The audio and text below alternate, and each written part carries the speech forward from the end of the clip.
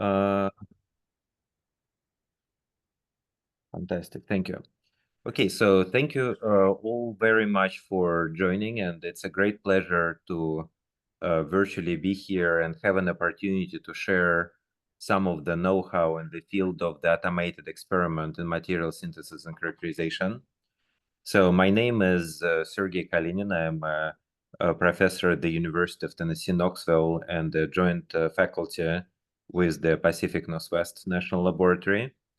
So this work obviously has been derived from collaboration with the large number of people. So this includes my colleagues at the UT Knoxville and Pacific Northwest, as well as the team at Oak Ridge.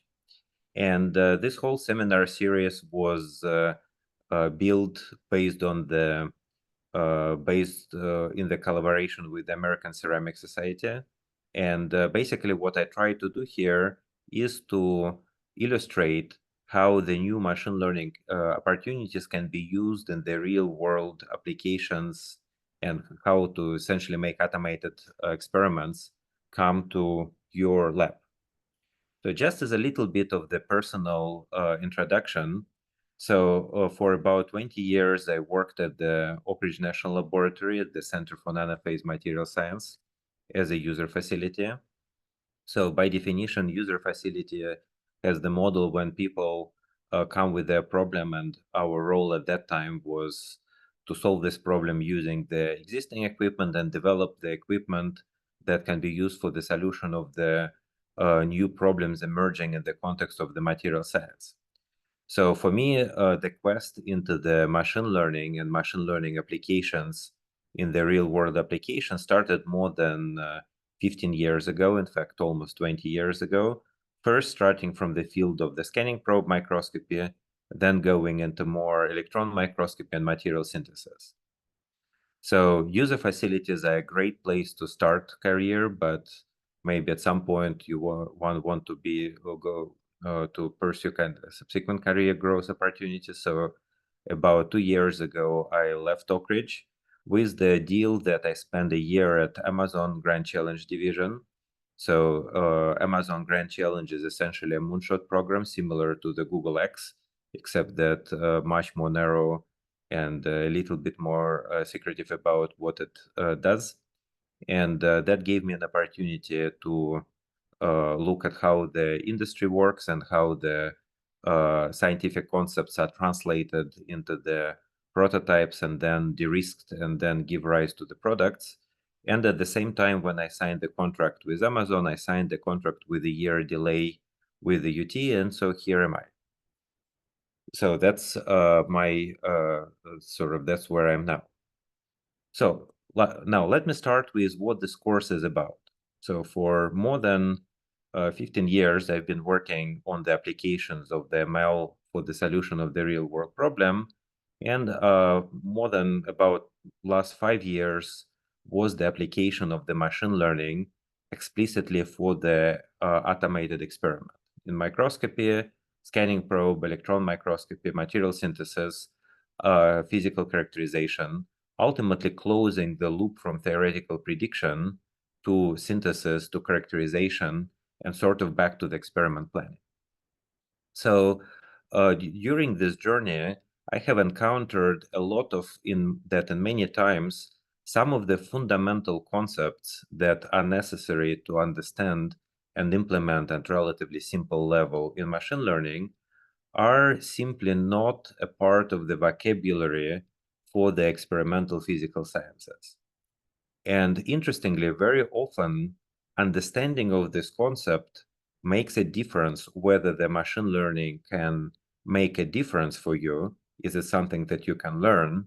Or is it something which is poorly understood and comes with an unclear value proposition? So what this course is ultimately about is to illustrate what these concepts are. So what is that you should care about and what is maybe less important, and give you the basic tools that are necessary to, basic tools means the hand-on practice in the Google Colabs that allow you to take these concepts and start to effectively use it tomorrow. So my expectation is that after the first week of this course, the collabs that we develop as a part of it would be something that can be immediately useful in the lab, whether you have the Python interface to your synthesis robot, or whether you do things manually, but nonetheless, machine learning can help you in learning the experiment. By the same token, if you're in a more senior position and your job is to plan the automated facilities or cloudifications of your tools and so on, I expect to to share our experiences in this field, which basically stipulate of what it makes sense to do and what it does not make sense to do, what are the questions to ask to your staff members, and ultimately, what is the return on the value of the investment can you expect, and what is required to be close that loop. So before I go any further, if you don't mind, introduce yourself and briefly mention a few words of who you are and what type of um, what type of takeaway you expect from this course. That would be very helpful for me. So I obviously cannot implement this feedback in this lecture, but I can do it down the line.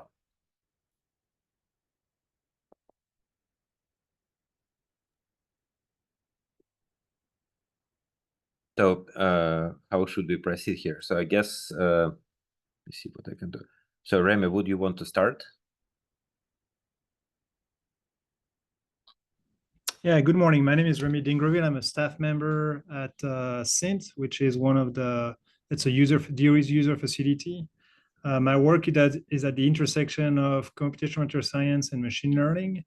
But more recently, we've been developing here at Sint a capability to do, based on AFM, to do measurements on 2D materials, so to probe their mechanical properties. And so what I'm expecting to get out of this course is to kind of like get a better understanding of like how we can use some of the work that Sergey and Maxim have been developing over the years to kind of like apply to that specific tool. Fantastic, thank you. Brad, would you mind being the next one? Sure. Hello, everyone. I'm Brad Prevel. I'm a material scientist at a small company called C4V located in upstate New York. My role at C4V is setting up a powder development facility for researching and developing advanced ceramic materials for rechargeable batteries, mostly sodium and lithium ion. And my hope for a takeaway from this course is to improve our workflows and to expedite the process of moving new materials from the lab to the pilot level. Thank you. Fantastic. Danielle? Hi, sorry. Hi, I'm Danielle Weigel. I'm a first-year PhD student at Northwestern University, working on thermochemical fuel production. And what I hope to get out of this course is how to apply some of this automated and machine learning into our experiments going forward. Oh, fantastic. If I read correctly, fly.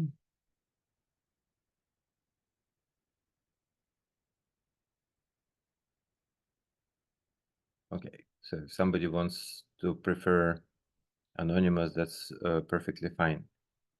Abdullah?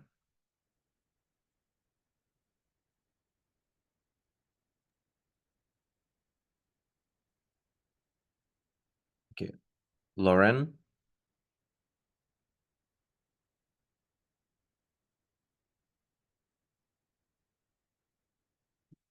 Okay. So Mallory? Hi, yeah, I'm Mallory Stacy. I work with the Kansas City National Security Campus. We do government contract work. I'm a materials scientist in the materials lab there, and we're looking to incorporate some significantly more automation and machine learning practices as we're working on specking out some of our new systems for particularly fluidic processes.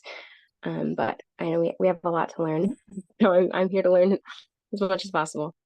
Oh, fantastic. Welcome. Wang?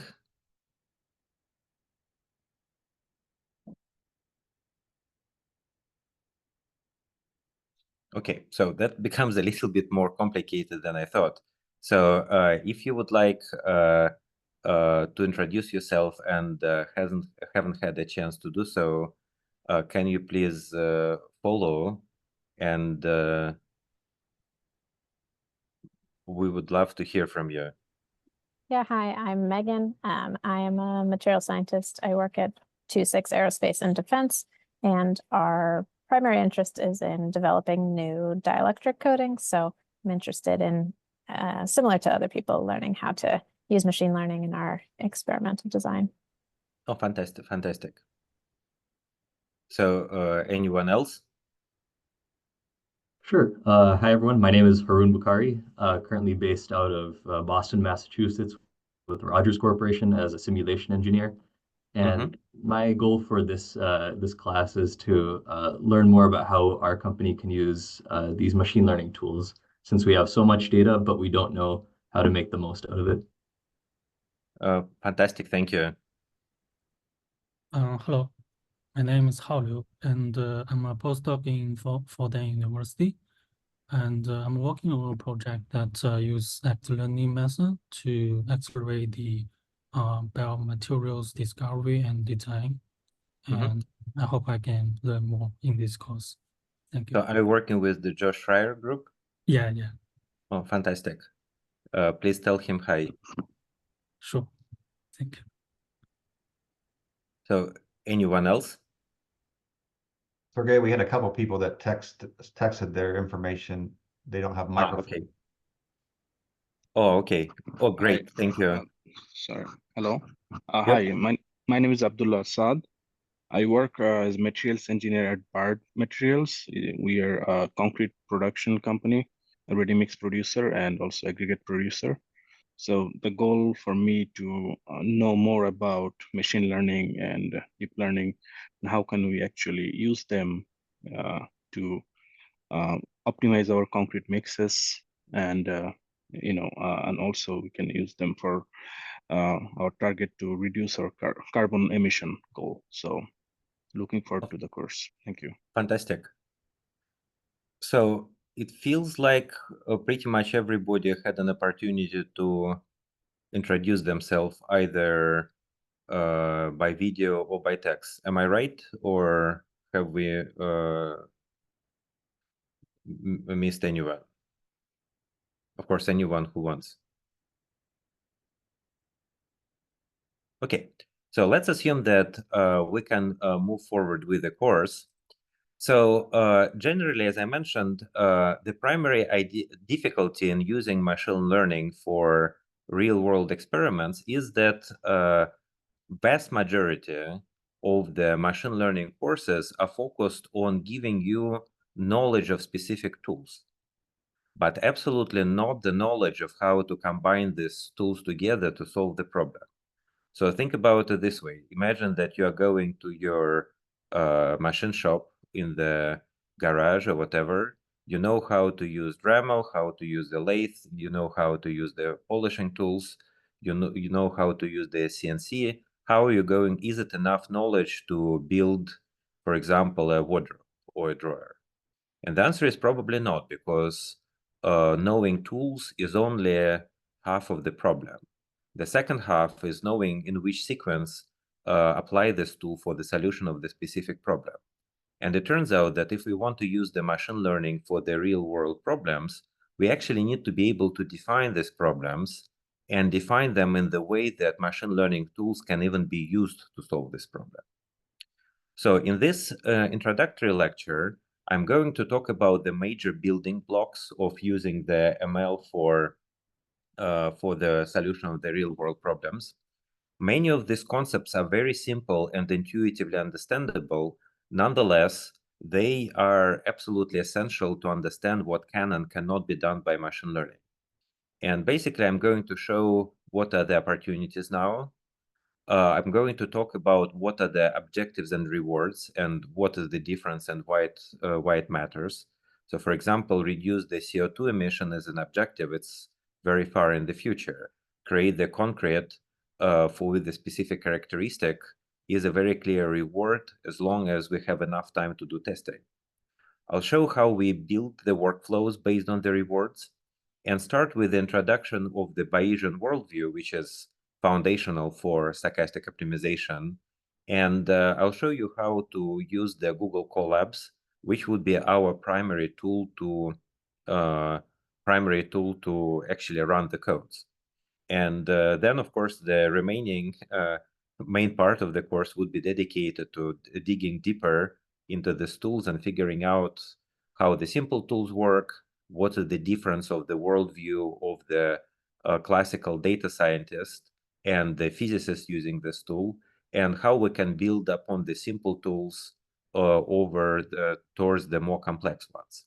So in all cases, I'm going to highlight the difference of the basics, difference in the worldviews between the data scientists, meaning your most natural collaborator, and physicists who use these tools. And I will aim to give you the practical know-how, how to apply these worlds in your problem. The things that we are not going to talk about is the mathematical foundations for these methods. They're very exciting, and there are a lot of people working on them, and I'm not one of those people. I'm not going to talk about what is under the hood of these tools, so a lot of them are fairly complicated. I'm going to show the basic forensic tools, so what you should be looking at when you do stuff, but nothing in below that. So in other words, I'm going to teach you how to drive the car, but not how to fix it or what's under the hood there. So this being said, let's start with why we're interested in the machine learning in the first place. And the reason for that is we know that the world is a material opportunity. So we always look for improving the materials for renewable energy or making better materials. So concrete is a great example here. We always look for discovering materials. So the room temperature superconductivity is unfortunately getting to the front pages of news over and over again, and for the wrong reasons. But if it was truly discovered, that would make a big difference. We very often look for engineering the new materials. So quantum computing, single atom catalysts, biomolecules essentially brings the challenge of fabricating molecules close to one at a time. And of course, the question is, can machine learning help us? And starting for about 20 years, the mainstream aspect of the material science was the combination of machine learning and theory. So the paper by Gerd Sider, who is now leading this program at Berkeley, Dane Morgan and their colleagues, basically was an inflection point at which machine learning in theory for materials has become a thing. And that initiative gave rise for the Materials Genome Initiative in US, many similar problems all over the world. But for most of this time, the bulk of the effort in that field remained with the theory. And the problem is that, first of all, theory can predict functionalities, but not validate them. So we need experimental functionalities, not the predicted ones. We also need to have the manufacturability, so things need to be made. And what's important that the things has to be made at a cost. So obviously the cost of manufacturing or manufacturability in general is pretty much not a part of the theoretical models. So to put it a little bit more succinct and eloquent, I can quote the statement from the recent Oppenheimer movie: the theory can get you only so far. The real value is created in the labs. Now, let me just illustrate few of the opportunities here. So why materials matter and how do materials problems lead to the challenge of the material discovery. For example, let's look at the solar energy sector. So this is obviously a huge field which grows very, very rapidly now. It is the field that is at least theoretically capable of the rapid disruption. So for example, until 2019, it was all about the multicrystalline silicon. Now the market is dominated by the single crystal silicon. So there is a problem. So silicon is horrible material for the solar cells. So it has a very huge adsorption length, meaning that the silicon solar cells have to be thick and therefore heavy and expensive. So practically the limitation is that we can, even if people want to do it, you can put silicon solar cells only on the 1/4 of the houses in US because they're heavy. and they require a lot of support structures and inverters, and so on and so forth. At least from my perspective, the silicon solar cells are also remarkably ugly, but that depends on your perception, of course. There are other materials. So there are hybrid perovskites. These are materials that are almost ideal for photovoltaic applications based on their fundamental properties. So they demonstrate efficiency in the labs that get easily to the level of above 30% in tandems. They're very easy to manufacture by the solution synthesis, roll-on, what's not. They have one big problem, actually two big problems. One big problem is we don't understand how to make them manufacturable. If we make a small cell, it has a very high efficiency. If we start to scale it up, the efficiency starts to go down. The second problem is stability. So, and I'll illustrate what are the materials design problem in a few slides. Other market can be lithium-ion batteries. So by now we know that batteries are a required element of energy transition. So EVs are coming first. So that's kind of thanks to Elon Musk and Tesla, that has become a big thing. But practically, we also need things like mobile devices. We need things like grid storage. So practically, the leading technology now is the lithium-ion. Optimization of the lithium-ion batteries took years. So if you talk to, when I was in Amazon, I talked a lot to people working for Rivian. So they're not exactly Amazon, but they're Amazon friends. And they basically mentioned that lithium-ion batteries are now made using the technologies developed and perfected 25 years old. So the problem is that lithium-ion batteries are very far from the Goldilocks zone for grid storage or for transport energies. So yeah, we can put the lithium-ion battery on the train, but with the storage of 600 milliampere hours, we are not going to transport a lot of energy. If we could transport in the form of the chemical fuels or the primary elements, energy density would be much higher. For grid storage, I mean, reasonably lithium-ion battery can be used in this way, but given the requirements for power density and the energy density, and kind of having the redox couples close to each other, it's not the most safe way of using it. And also, if we don't care about the weight as we do for EV or mobile devices, it's even a question whether we should be using it for grid storage. So what's the problem? The problem is that you are proposing the facility right now, technologically they're in the much higher TRL level, and therefore that's the only material you can use. It's the only reliable thing on the market. So there are a lot of probably hundreds and thousands of the battery chemistries that can be brought to the level of performance that is adequate to the new field, for example, grid or transport, but we don't know which of the technologies is out there. So the question is, how do we select the early TRL stage technology in order to build it up with time? So the question is, can machine learning help us? There are reverse material challenges on the sort of small scale of things. For example, for the quantum fabrication of quantum communication, quantum computing, environmental sensing, single molecular devices for protein sequencing and precise engineering. So this is an example of the nano and atomic scale challenges, not gigascale challenges. Now, let's dig a little bit deeper into the materials design and optimization using this example of the metal halide perovskites. So what is metal halide perovskite? It's perovskite, the usual perovskite structure, except that in the center, we have organic molecule. So this is usual ABX3. The great thing about these materials is that they're solution processing. So you can essentially make them out of the solution. That means that theoretically you can scale them, you can make crystals, you can make films, you can make nanocrystals. They're great, have great PL properties, so we can use them for solar cells, for radiation detectors. We can use them for LEDs. They have absolutely amazing properties for the solar cells.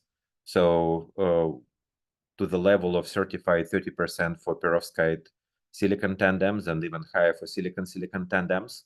So the material properties are just right. So rarely we get lucky that the defect chemistry of the material is so benign with respect to the target functionality. They have disadvantages. As I mentioned, they're not manufacturable, or at least easily manufacturable, and they are a little bit, they're unstable. So the question is, can we make them better? And the answer is sure.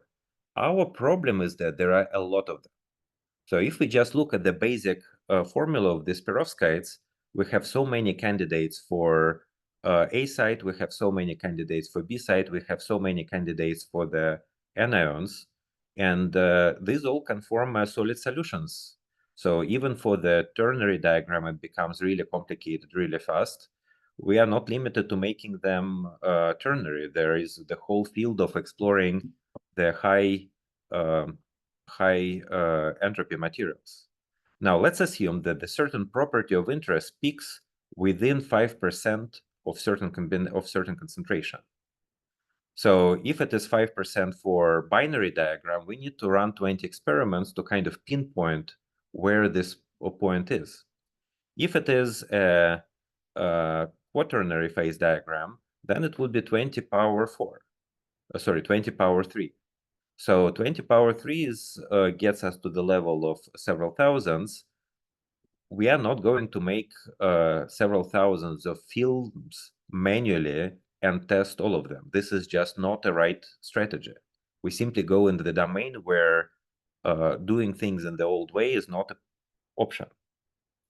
It actually gets even worse for the hybrid perovskites, because the next thing that scientific community discovered over the last several years is that these materials get even better if you functionalize them using the relatively long organic molecules, for example, something like this. Then they self-organize in the structures where you have a perovskite blocks, like Rudolfsen-Poppart phases in the inorganic perovskites, and between these blocks, there are these self-organized molecules. These materials actually largely lack the stability problem. For example, we can take the material that functionalizes the surface that will have groups like this, and that makes it much more stable with respect to the environmental factors. So is the problem solved?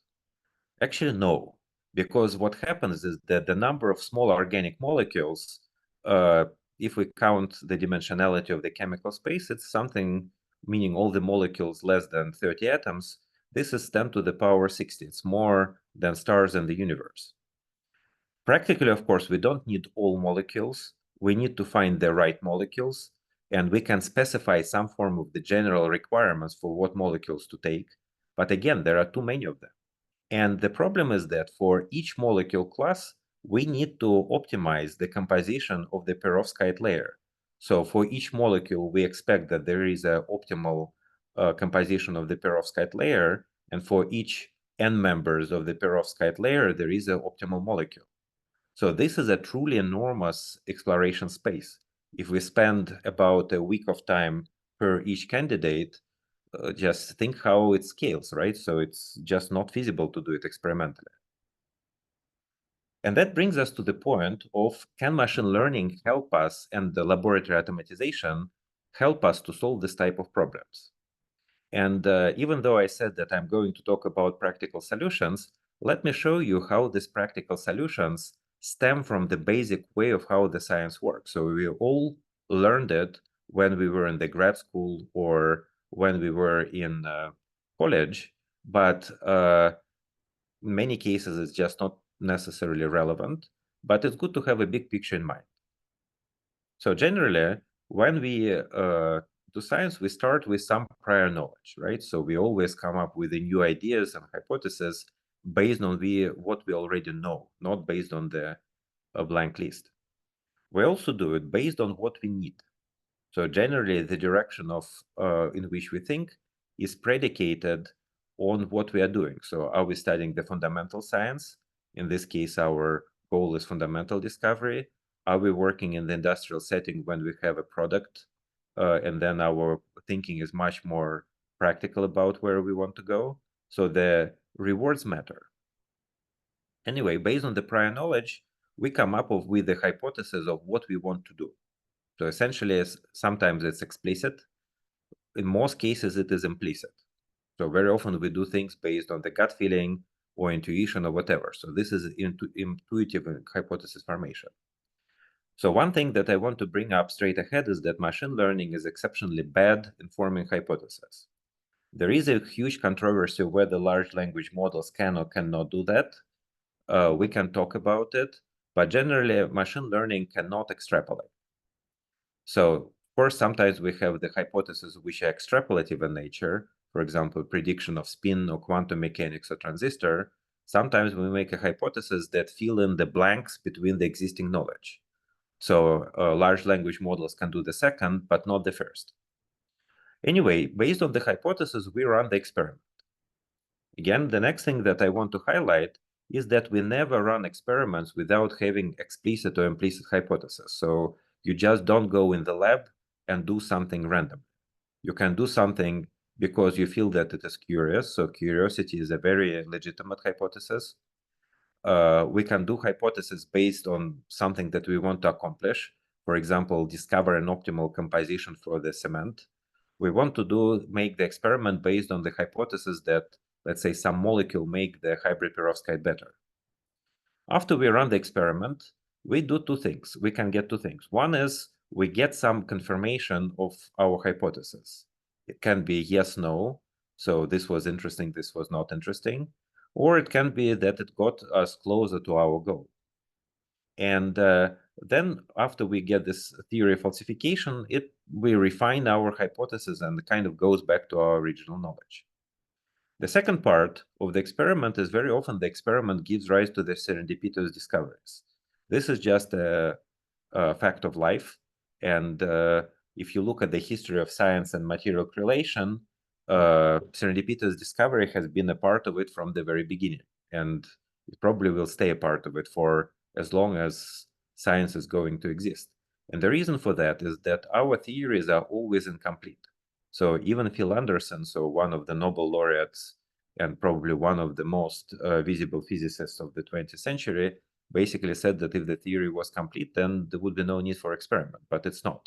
Theory and experiment are always in this dynamic equilibrium, and this equilibrium is ultimately driven by the instrument development of our tools become better that allow us to do more serendipitous discoveries that gives a stimulus for better theories.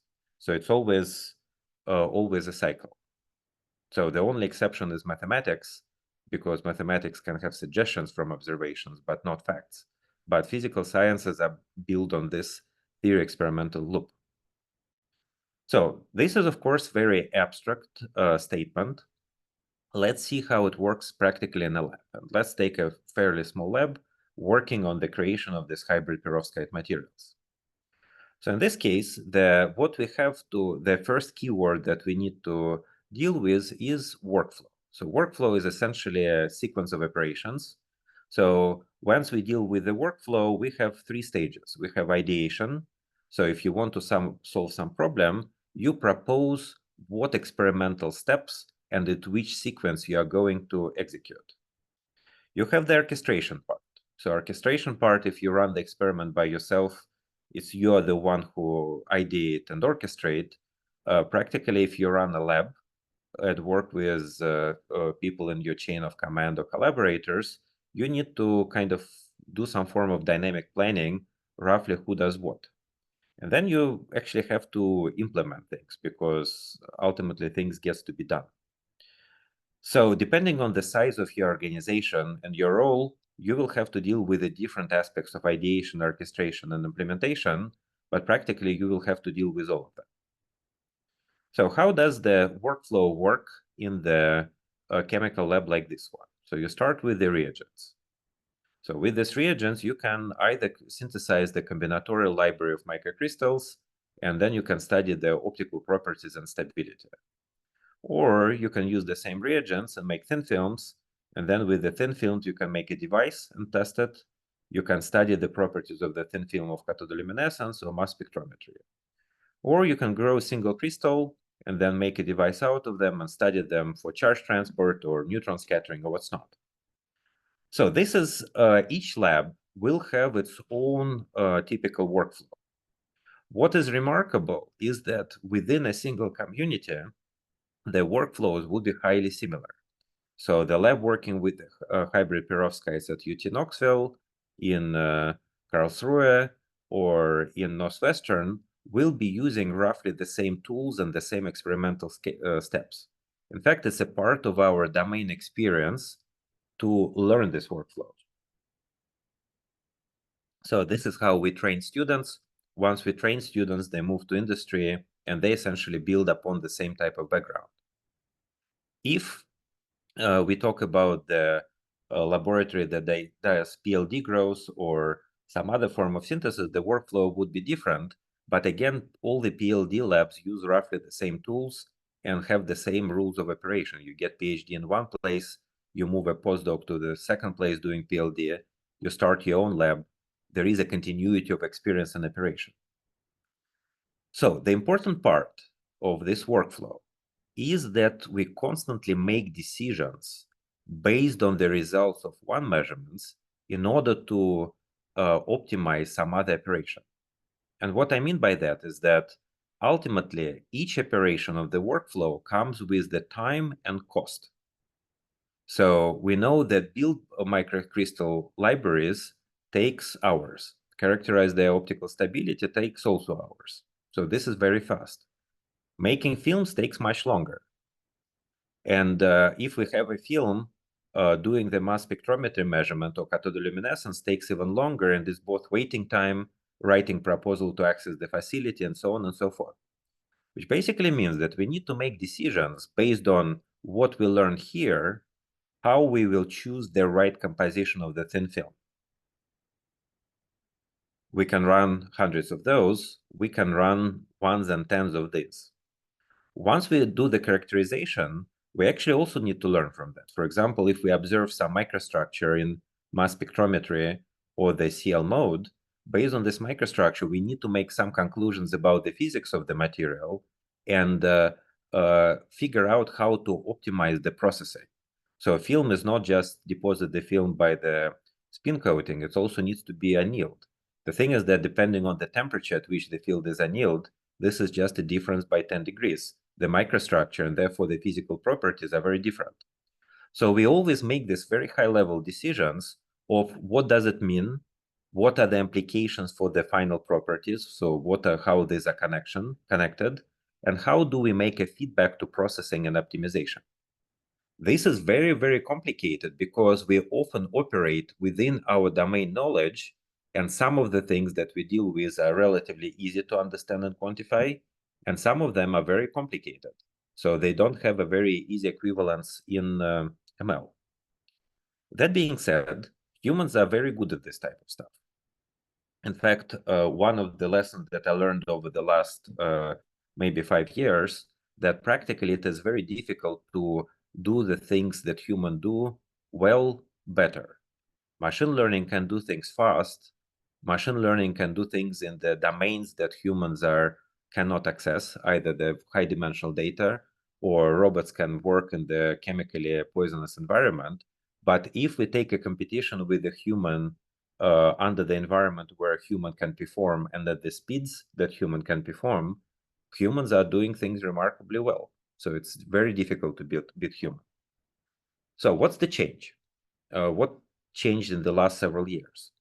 And I think the change in the last several years is that in addition to the classical manual high throughput research, the concept of this fully automated self-driving labs and partially automated workflows has become available. So I'll show you a few examples of this, but basically by now the fully automated labs are possible, albeit expensive, and adding laboratory automation in the real world is easy. So this is the example of the kind of synthesis OpenTron robot. So these become available about 5-6 years ago. Thing is that their cost is about $5,000. I mean, depending on configuration, 5 to 10,000.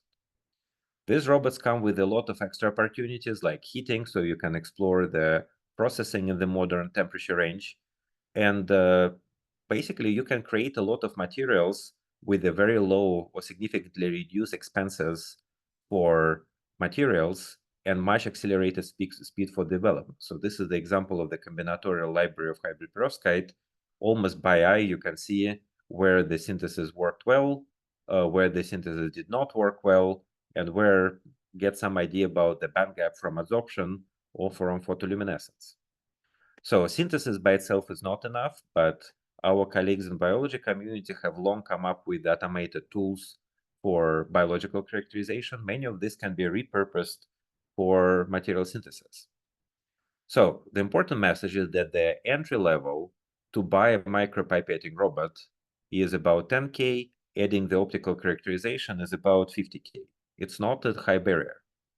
It goes further than that. So a lot of ways we are making films by the drop casting. So using laboratory robotics, we can simply repurpose the robot to create a drop cast film assemblies. These are not super good. This is done without any special effort. However, there are robots out there in the price range of 50 to 100K that essentially allow to dispense microliter volumes of material and create a very dense libraries of the drop casts. There are robots out there that allow making films automatically, and then going on and on. So spin coating, microfluidics, manual manipulation of samples, even full chemical robotic solutions are available. So the ultimate limit of the automated laboratories now is probably the cloud facilities such as Emerald Cloud Lab in Texas or CMU. So this is a more complex concept. So this is basically almost like a fulfillment center for science. There are a lot of tools. There are that can perform different operations. Interestingly enough, automated labs are not cloud labs are not operated by robots. So there are a lot of automated tools, but the operations like moving sample from one point to another point is essentially done by human. So the way they work, their business model is that you as a customer go there with the idea of what workflow you want to realize. You provide the workflow, this is my sequence of operations, to the facility. They do it for you, but they are operated by the mixture of the automation and human labor, just because human labor for certain operations is much cheaper. And also, currently, all the tools, or virtually all the tools, are optimized for human. So the question becomes, how do we start building the workflows here? And the beginning, we can just do it using the combination of automated tools and the classical characterization. So for example, we can start with the robotic synthesis, create the combinatorial libraries. They can be very complicated, including multiple changes in solvents, in the ingredients, and the end members, and so on. We can characterize them by the classical light adsorption as the function of time and composition. Then we start to get a lot of data. So for example, we get the PL data as the function of composition. So this is a scan across a binary phase diagram, as the function of the wavelength. So this is our adsorption, and as a function of time. So this information basically tells us what are the phases inside the system. So for hybrid perovskite, they have PL intensity at the different wavelengths, and it tells us how these phase compositions evolve as the function of time. So in this case, we get some ideas about the behavior, phase behavior in the system by the fact that we simply acquire tens of thousands of the individual PL spectra, and we do it over the time scales of 10, 20 hours. We can analyze this, so machine learning is great here. It's useful, it helps you to sort out through the data and get some physics out of relevant physics out of it. So the important point here is that it is a very important to make a difference between your business goal and the machine learning. So machine learning scientists very often go for the most expensive and most shiny way of doing things. So 10 years ago, it would be GAN networks. 5 years ago, it would be generative models like autoencoders. Then it would be diffusion model, transformers. Now everybody are interested in building the foundation models for specific research. That's perfectly fine. That's exactly where the complex tools are coming from. But the important message here is that for the solution of the real world problem, we need to find the cheapest method that still can solve our problem. And very often, this method would be just a functional fit. There is no need to use machine learning. We know exactly how our signal should look like, and we can use the tried and true fit methods in order to get the information that we need. Machine learning is necessary when in different scenarios, when we cannot use the function fit because we don't know what are the properties of the end members. But again, the important thing here is you always define your business problem and you work back from this problem to find a solution rather than go for most expensive method. Another example is that if we don't know the functional form of the equations, very often the very simple machine learning methods like the PCA or non-negative metric factorization gives us the right answer or the best answer possible. And the reason why it works is because our simple machine learning model matches exactly to the physics of the system. We know that optical properties of the solution is generally a linear combination of the individual optical properties of what actually is inside the solution. So in those cases, the linear decomposition is the right way to deal with this data. We can combine the machine learning workflow with more expensive steps. For example, if we have a droplet library, we can use them to do the PL, or we can do the measurements like GSAX to learn the phase evolution and so on and so forth. This is the part where we need to start thinking about the value gain and plan for costs and accessibility. So if we can make tens and hundreds of these libraries in the hundreds of these libraries in our lab, access to the GSAX is much less common. So we need to be very good about planning. So point is that machine learning automated experiment now is very widespread. So it's just a matter of investment and not even very large investment to make it happen, at least in some form.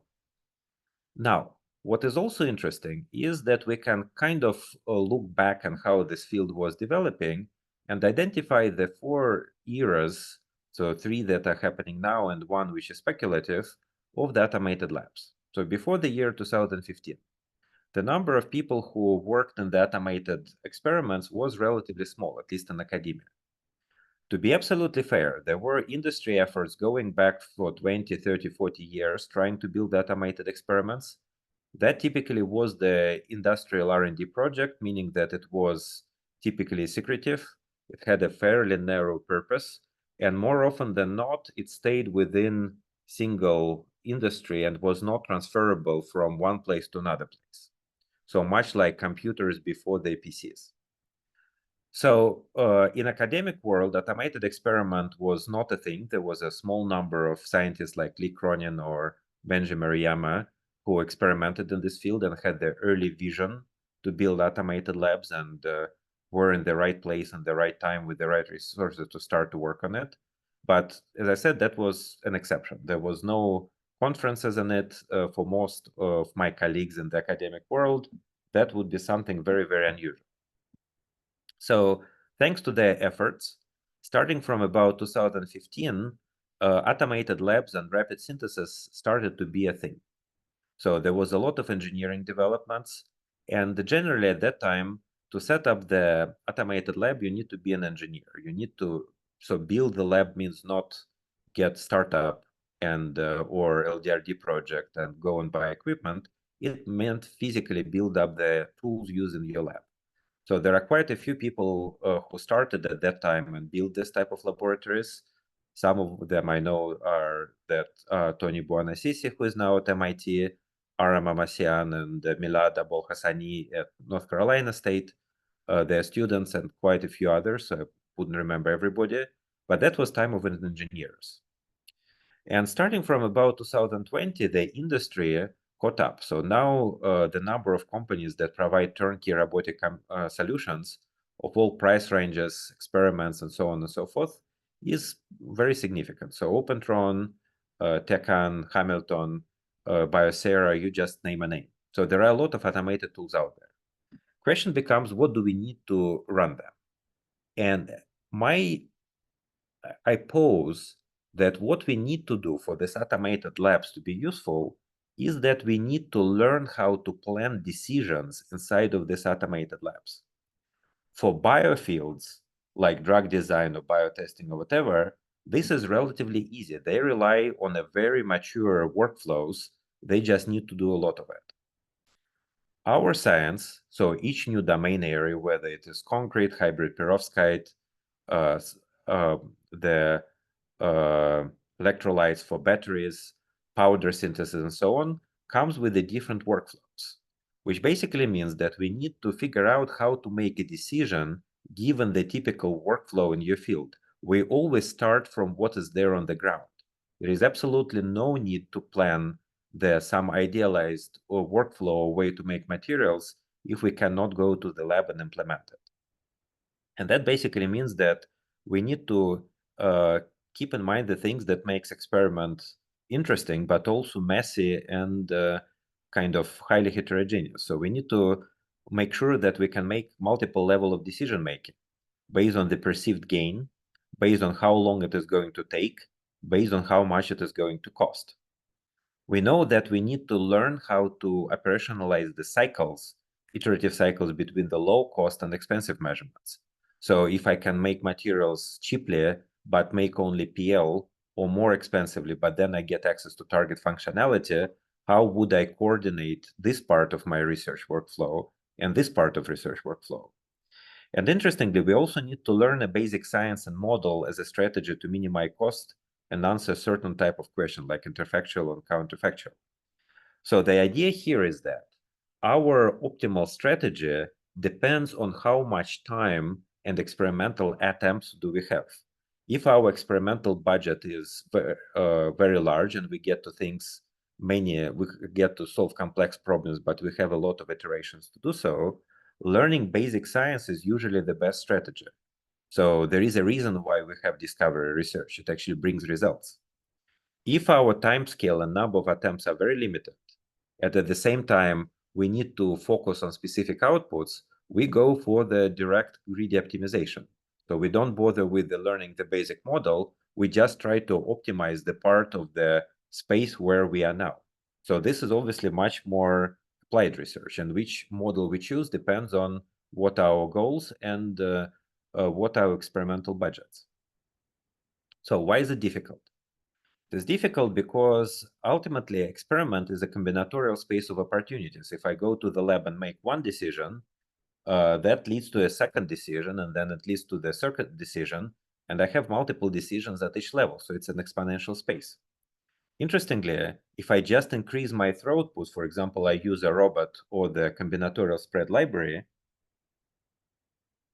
ultimately this is only a linear improvement.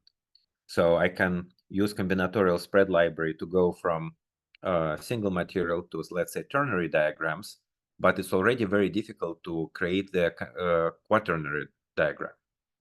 So it gives me improvement on the level of 1 or 2 layers of decision making, but it's a linear improvement, not an exponential one. So very often knowledge of physics matters. So if we know the physics, that reduces the complexity by a big margin. And of course, as I said, we need to kind of find a way how to combine learning and theory. We need to develop the tools. But the important thing is that once the automated tools are available, our autonomous decision-making should match the level of autonomy. For robot that synthesizes films, we don't need autonomy. We just say that synthesize this.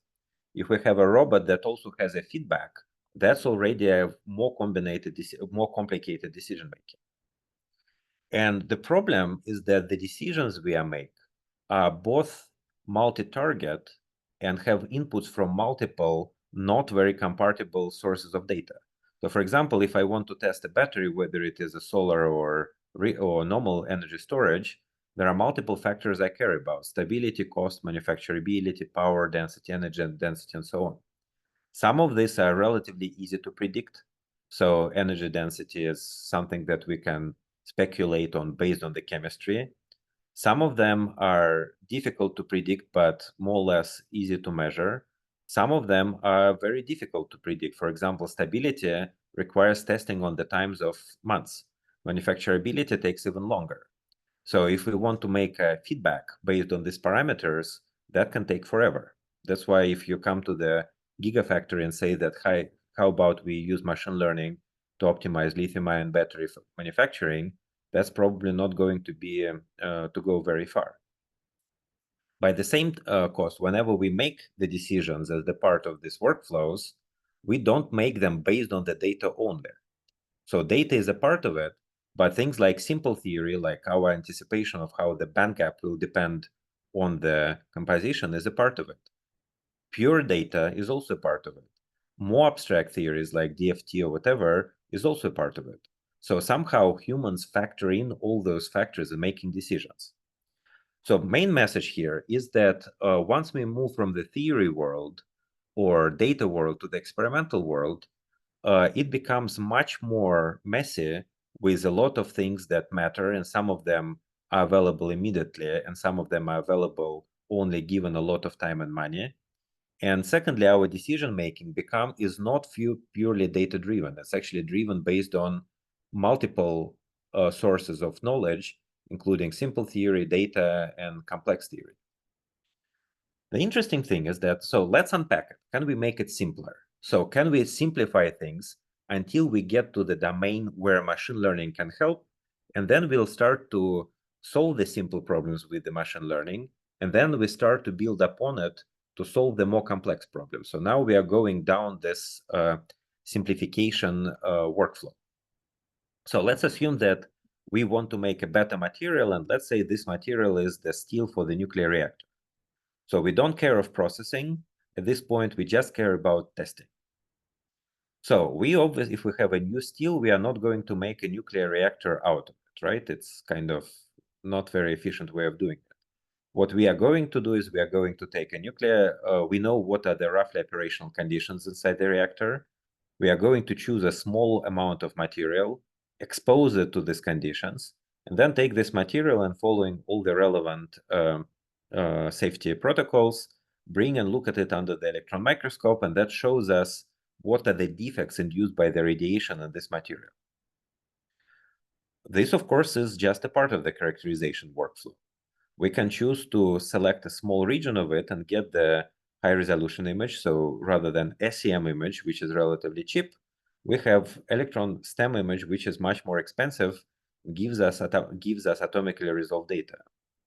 Or we can choose to do the nano-indentation to find out what is the relationship between the defect structure and mechanical properties. Now, the key part is that based on this, we want to get some form of the feedback to the material selection. So if I chose this steel with this processing condition, how would the characterization result feed into the selection? And this is where it becomes kind of interesting, because very often we make the decisions for the exploration based on the prior knowledge or curiosity, and we find a way to ascribe value to the result.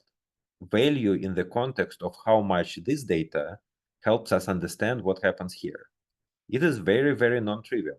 The reason why machine learning, and it's not limited to the material science. Generally, if you noticed, there are a lot of promises that has been, or predictions that has been made in the machine learning community. For example, that automated cars would be out there by the year 2017.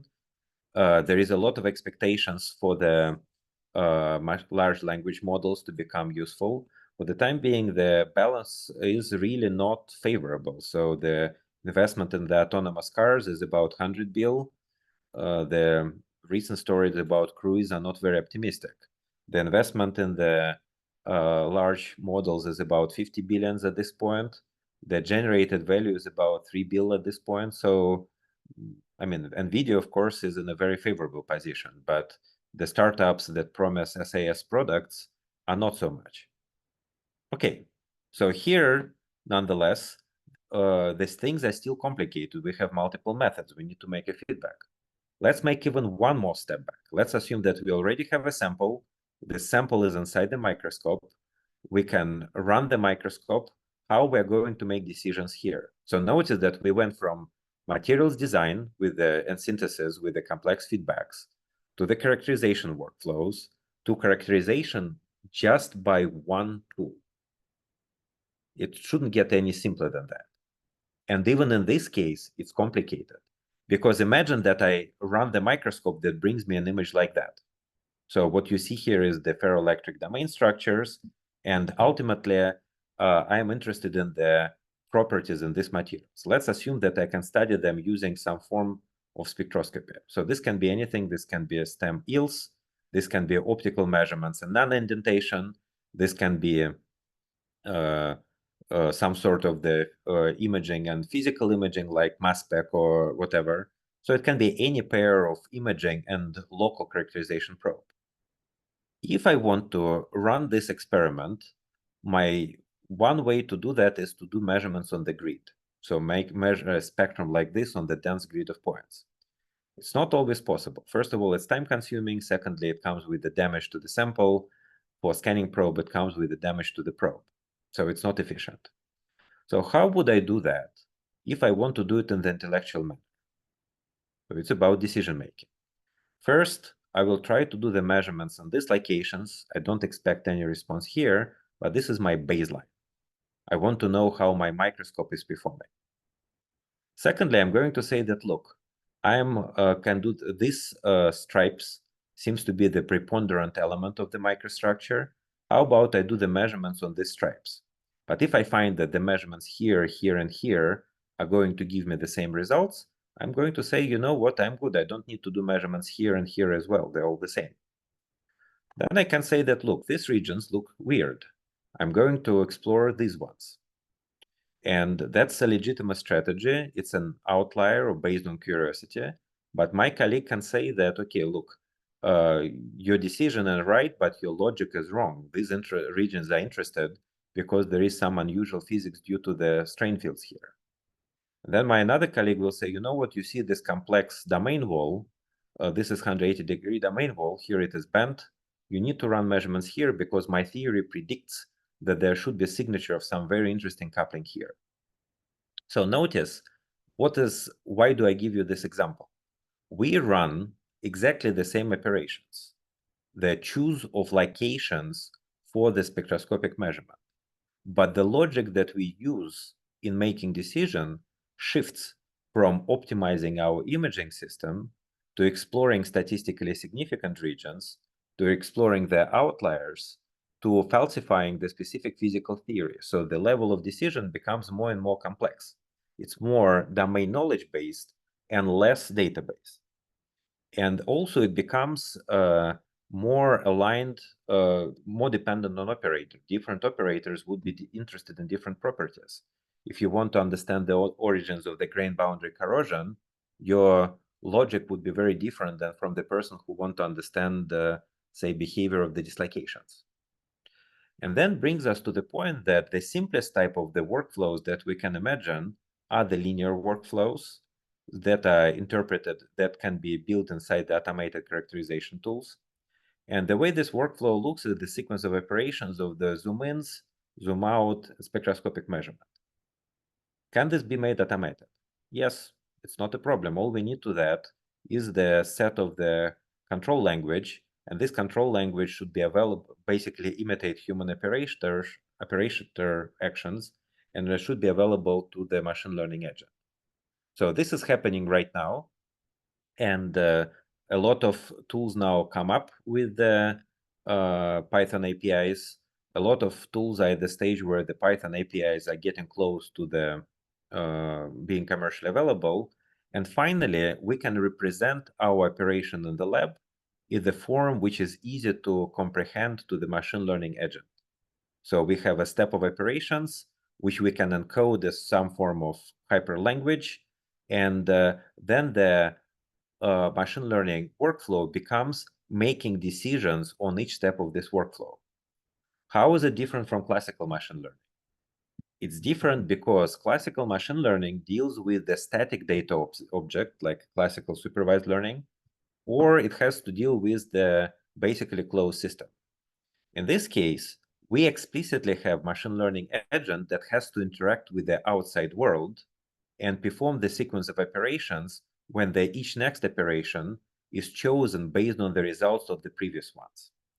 And one of the important things that I'm going to talk about is that we can do that and make this operation workflow efficient if and only if we understand what is the end goal of our experiment. So in other words, I'll talk about it a little in a few more minutes, In other words, we have an optimization problem, and we need to know towards what we optimize. We cannot create a workflow if there is no end goal. So can machine learning help? I mean, machine learning have been everywhere for the last 10 years. So I remember the times when if you do machine learning, people tell you that it's not physics. For the last maybe 8-10 years, situation is totally different. So we all see this explosive growth of different forms of ML. Notice one very important thing, that despite all the investment, the impact in experimental sciences has been so far minimal. And actually, the impact in anything related to the physical world for the time being has also been relatively small. That's a problem. If all the investments into the ML will not translate into the value generating technologies, there may be big changes in the field in the next few years. Question becomes, why has the impact in physics been minimal? And the answer is the following. So first of all, if we want to apply machine learning in any physical area, whether it is synthesis or characterization or what's not, we ultimately need to have domain expertise and domain-specific goals. In fact, in my experience, roughly 90% of what we need at this point is domain knowledge. Only 10% is actually machine learning. Secondly, there is a very deep orthogonality between the classical ML and domain sciences. So domain sciences are usually small data, causal, hypothesis driven. Classical machine learning is usually large data or big data and correlative. It's a big difference, and this big difference matter. So we are never going to use the classical correlative machine learning as the part of the experimental workflow because we simply don't have enough data to realize it. So the method that I'm going to talk about actually rely very small amount of data. That's why we start to use them 5 years ago, and that's the value proposition they bring. There are other things. So machine learning is not a single method. It's actually a culture which is based on infrastructure, open code, open data. Some communities follow these principles. For some of them, the process is just going on. But the most important thing is that scientific process is going to where no one has gone before. Machine learning usually work with the created data sets. So there is a big difference. That being said, the field is also new. So one of my colleagues, Ben Blyzik and Argon, have analyzed and usually and kind of regularly updates the publication rate in this field. So publication is indicator of the early activity. So things generally start in terms of R&D in academia, and then useful things become startups and industry. There are exceptions, but that's typically how it works. So if we look at the growth of publications at the proxy signal for activity, I mean, there was pretty much nothing in the physics and material science before 2015. So the rapid growth started only 5-6 years ago. Chemistry is different. Chemistry had a very healthy amount of effort in machine learning prior to the deep learning, and then with the deep learning started to take off. But the general thing is that in chemistry, you would build upon the very healthy culture of ML applications. In physics and material science, very often you have to start from scratch. So that's the idea. Another interesting observation that may be useful is what's going to happen in industry. And I think that here we have a very interesting opportunity because if we look at from the maybe not even bird, but satellite view of how the MLs in industry developed, then before roughly 2002, it was all about IT. So I can send message, I can order things online, I can get it delivered. That's basically Amazon business model. The next decade was all about collecting and searching data. So Facebook, Google, Amazon appeared, they built up their global businesses, they got access to a lot of data. So in some sense, the rise of the deep learning for the last decade was very natural because there are organizations that has a multi-billion dollar, multi-tens of billion dollar research budget. So if you're interested, Google, what is the research budget of Amazon, Facebook, and Google? It's very impressive. And therefore, there was two needs. How do you operationalize this data? And there was an opportunity to make an investment. So that's where $100 billions into the automated cars or 50 billions in the foundational models has come from. That was primarily fueled by the commercial success of the big IT. But now is the time when the machine learning needs to become useful in the physical world, and this is where all the bets are off. So Google and Facebook don't have that many material scientists and engineers. So what do we need to do to make it happen? And this is the part which was kind of interesting. And even if you look at some of my papers, which are only 2-3 years ago, we didn't have the right picture of what goes on in this field. So of course, we have a auto problem where we need to design the workflows and bring theory in the loop. So these are kind of great problems, great opportunities, and we'll talk about it in the end of the lecture. But if we talk about one specific tool, so either synthesis or characterization or microscope, then we need 3 components. The one component that is obvious is the engineering controls. So unless we can send the commands to our instrument from the machine learning agent, somehow it's like we stay with the human control. Interestingly enough, the engineering controls can be realized in many different ways. The best one, if you have a Python API, then it's great. I have seen solutions when people hacked into the system through the ActiveX and basically took the control over the emulating operator. I've also seen the solutions where people have a stepper motor connected to the rubber band to the control knob on the instrument control panel and have a CCD camera that reads the screen. So all solutions fair. Python API makes it easy. Everything else requires certain mindset to actually implement them and make them reliable. So good thing is that that's becoming possible, and I've shown you examples of the tools when it becomes an opportunity. So the second part that is necessary, of course, machine learning algorithm.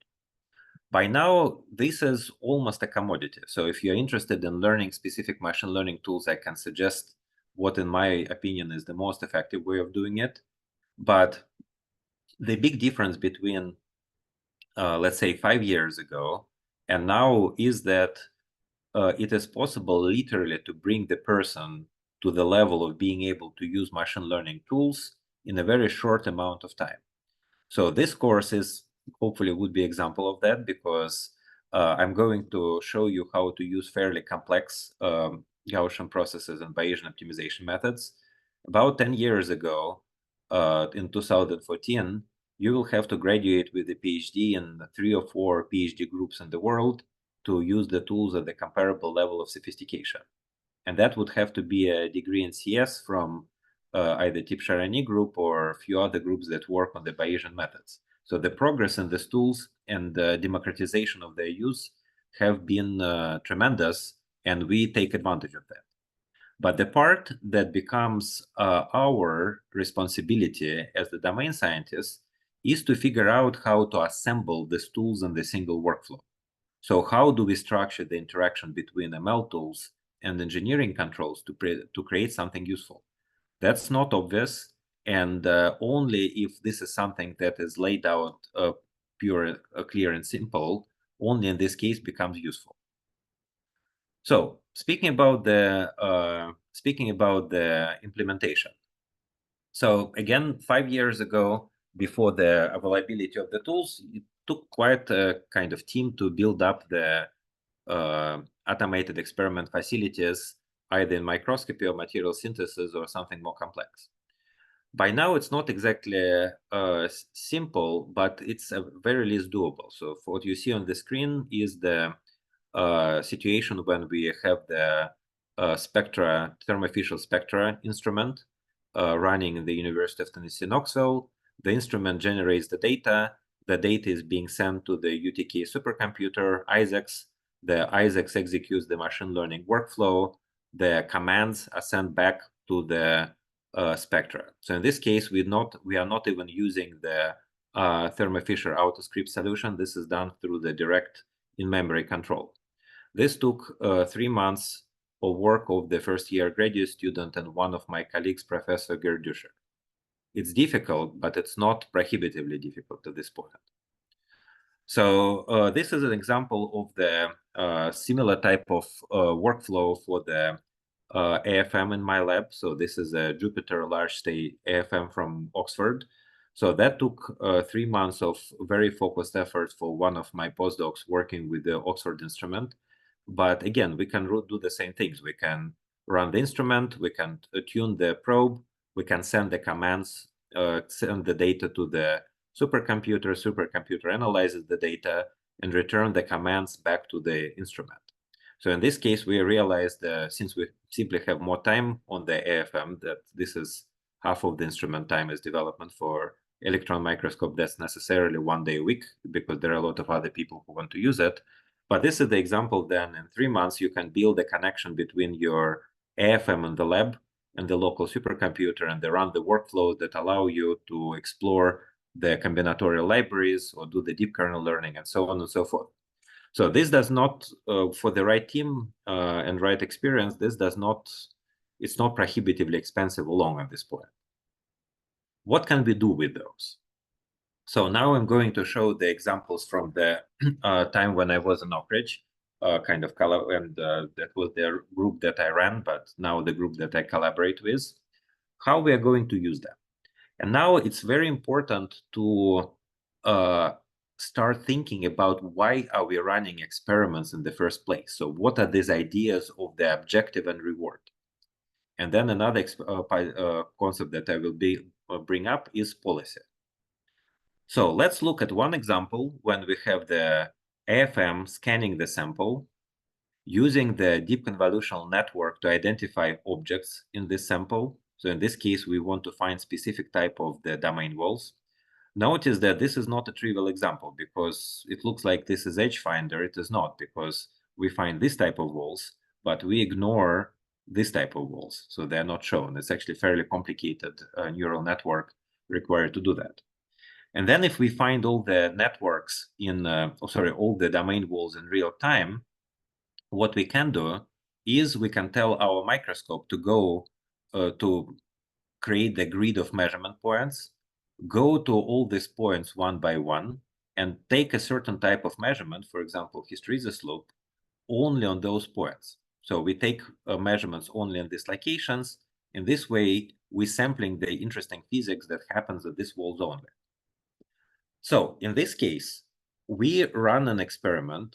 So our reward is the knowledge of structure property relationships on the domain wall. That's why we are doing it. How these structure property relationships are relevant to the properties of material as a whole, we don't think about at this point. That's an objective. That's not a reward of the experiment. Second important thing about this experiment is that we have a fixed policy. So policy is essentially what is the machine learning agent is doing. And here we told the machine learning agent to find the domain walls and take the measurements on it. So it's a very rigid policy. We essentially prescribe the sequence of the experiment directly. And this words, reward, objective, and policy is something that we are going to encounter throughout the process, throughout the tutorial, because ultimately this is the most important part of the use of the machine learning for automated experimentation. So this is another example of the automated experiment. So here we run a slightly different experiment. We are trying to discover what microstructural elements will maximize the area under the hysteresis loop. Notice that this is a very different problem. Finding what the hysteresis loops are on the known microstructural element is the direct problem. What we want to do is to say that we have multiple microstructural elements. They have different hysteresis loops. We want to discover which microstructural elements will maximize certain hysteresis loop. This is not an easy problem, and more importantly, human cannot solve this problem. So human cannot find these correlations or build this correlation mentally. However, I will show you in, I think, lecture number 5, how we can use a version of multidimensional Bayesian optimization, the deep kernel learning, to solve exactly this type of problems. And this is the example. So I told the microscope to find the regions where the on-field hysteresis loop is maximal. And you see that this is the timestamp of the experiment. So the microscope explored these locations. And then it found this microstructural features, and then it was exploring this microstructural feature. If I change the condition, it will find a different microstructural feature. So this is the case where the microscope has found something that we're interested in. So it turns out that we need to build a human in the loop, and I will show you the examples when the algorithms, classical ML algorithms, get stuck in the local minima. So this is active learning. We cannot tune hyperparameters before, but I'll show you how we can bring human in the loop and how the human AI pair works better than the AI by itself. So going back to the kind of summary of this very lengthy introduction, there are several keywords that we would ideally want to remember out of this presentation. So the first one is the objective.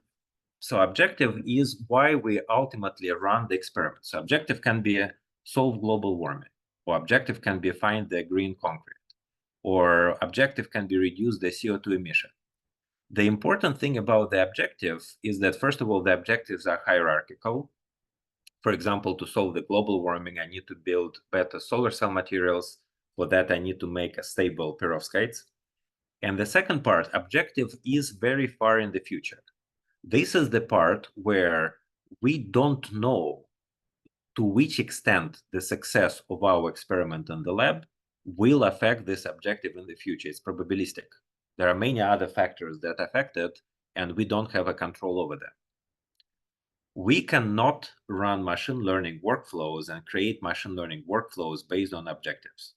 So if there is a single message that I want you to take out of this course is that we cannot use machine learning to achieve some objective.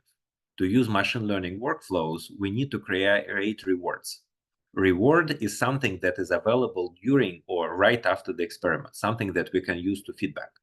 If the reward is available at each experimental step, we use the Bayesian optimization methods or other myopic methods. If the reward is available sparsely, so every so many steps or only in the end, we use reinforcement learning or stochastic optimization. But if the rewards are defined, then automated experiment becomes an optimization problem. There are a tremendous number of ways how we can solve it. However, defining rewards is super difficult.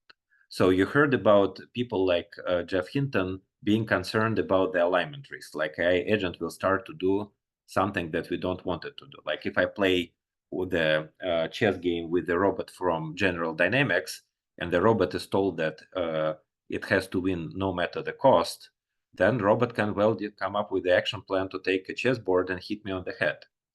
So why? Because win is a win. So defining reward functions is difficult.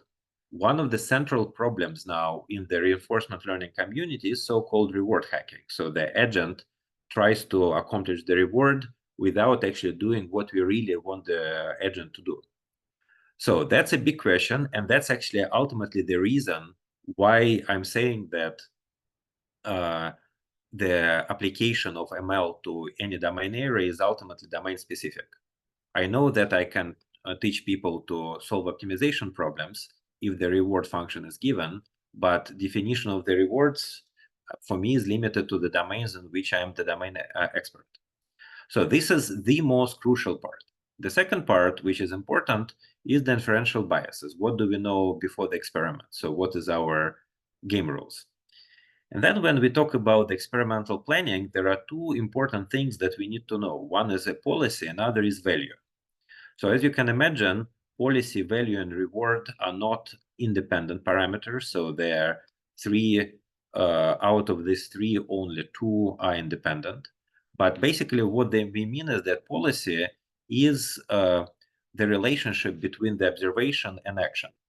So if we observe this part of the system, based on this observation, how do we make an action? So policy can be deterministic, so single state, single action. Policy can be probabilistic. So depending on if in this state we can choose these actions with these probabilities. Policies can be fixed.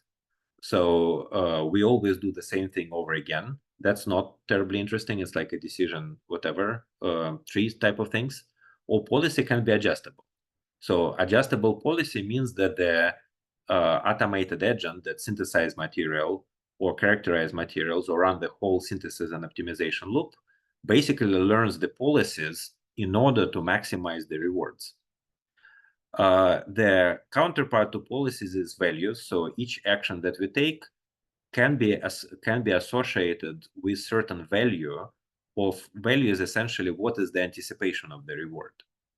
So there is a formal framework that connects policies, values, and rewards. That's called the Bellman theorem.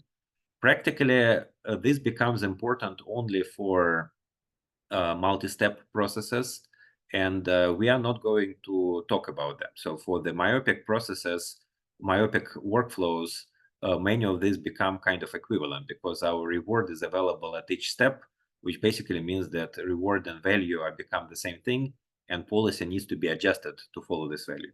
But these are important to know what is the big picture. With this being said, let's kind of answer the questions, and in the remaining half an hour, I'll show you how to use the Colab and give a very brief sneak peek on the Bayesian methods. So any questions about the reward policies and related things?